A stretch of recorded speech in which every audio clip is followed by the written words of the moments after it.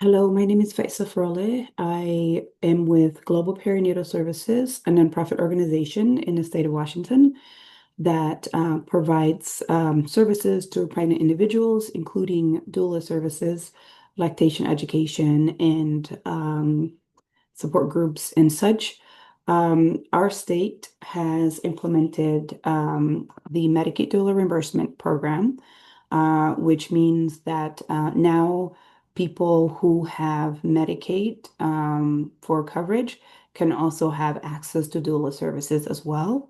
Our organization is one of those organizations providing services to people who are Medicaid recipients. So I wanted to give the families an idea of what this means for them. Okay, and so I hope this is helpful.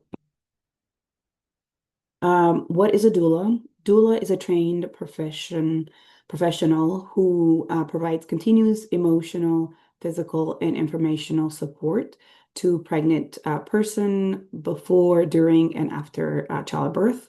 I will give an example of what that support looks like for each of these stages. Unlike doctors or midwives or nurses, doulas do not provide medical care or make medical decisions. Instead, they focus on comfort and advocacy and education so that families feel supported and empowered during the birthing process. During the prenatal phase, doulas help parents prepare for labor. They help create what we call a birth plan, which is basically what your preferences are for your birth. They help answer questions about various different testings that you might be offered in the doctor's office. So these are some things that doulas do during that prenatal phase. This is also a great phase for you and for them to get to know each other to make sure that you guys are a good team, right? So that's what happens during that prenatal phase. For labor and birth support, doulas offer what we call comfort measures, and these include breathing techniques, massaging, different massages that they will help offer, position changes that they'll help you offer, and then making sure if you are wanting to get in the water, either take a bath or take a shower and things like that, they make sure you're eating and drinking well and emptying your bladder as well. They help reassure you of what's happening. They also will help advocate for you and guide you during labor. So that's what they do during labor for you. During the postpartum period, doulas help support you by assisting with the newborn, by assisting you with the newborn feeding, whether you choose to breastfeed or formula feed. They will help to help support you emotionally as far as like your recovery goes. And then, of course, adjusting into parenthood as well.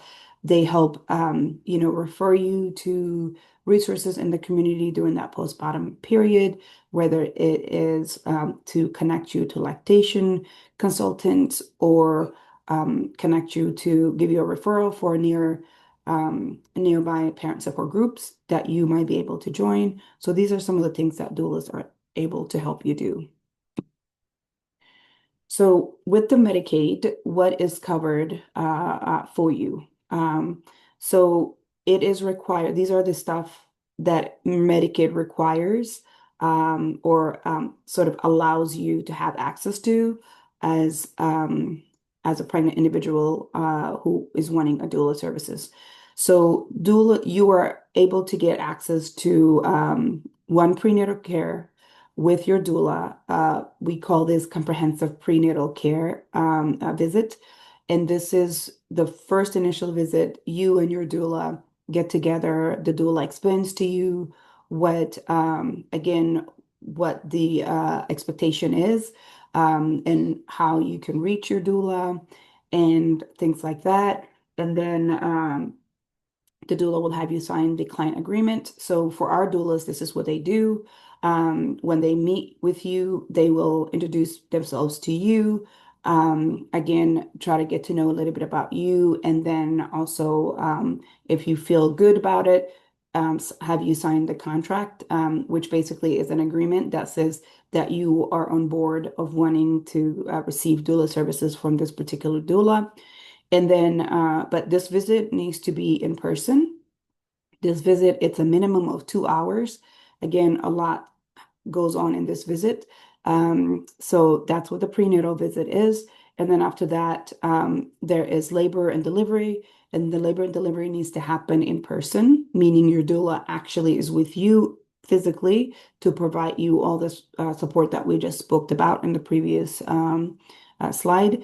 And then the doula is to follow up and do um, an hour and a half of postpartum visit with you, a minimum of an hour and a half of postpartum with you. And if you want the doula support to continue, you also have access to 18.5 hours. So you can use this during that prenatal phase if you need more contact, more one-on-one with your doula, or you can use them during that postpartum phase if you want the doula to help support you during the postpartum phase. So this is what you have access to as far as the Medicaid reimbursement for your doula services. If you utilize the 18.5 hours and you still need more support, you can definitely request. And then, but that request will be, we will ask the healthcare authorities or the HCA, who are the folks that pay for the reimbursement. And if they approve you, you will be able to get more hours for additional hours. But this is basically the first initial what do you call set of visits that you are given that will be covered by your insurance. Um, Oopsie. So what is not covered? I wanted to share this with you all as well.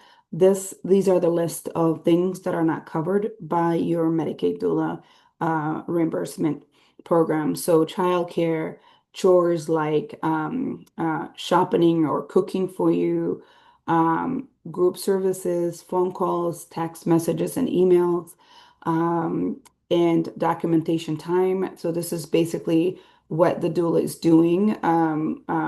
After the visit, doulas do document your visit, so the documentation time is not included. The travel and the mileages are not included as well. So doulas cannot claim mileages for coming to see you in person.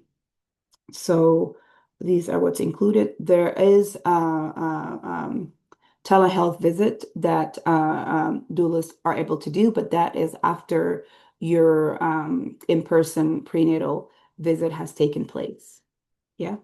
So that's what that looks like. So if you all are interested in getting connected to a doula, you can definitely feel free to reach out to us at Global Perinatal Services.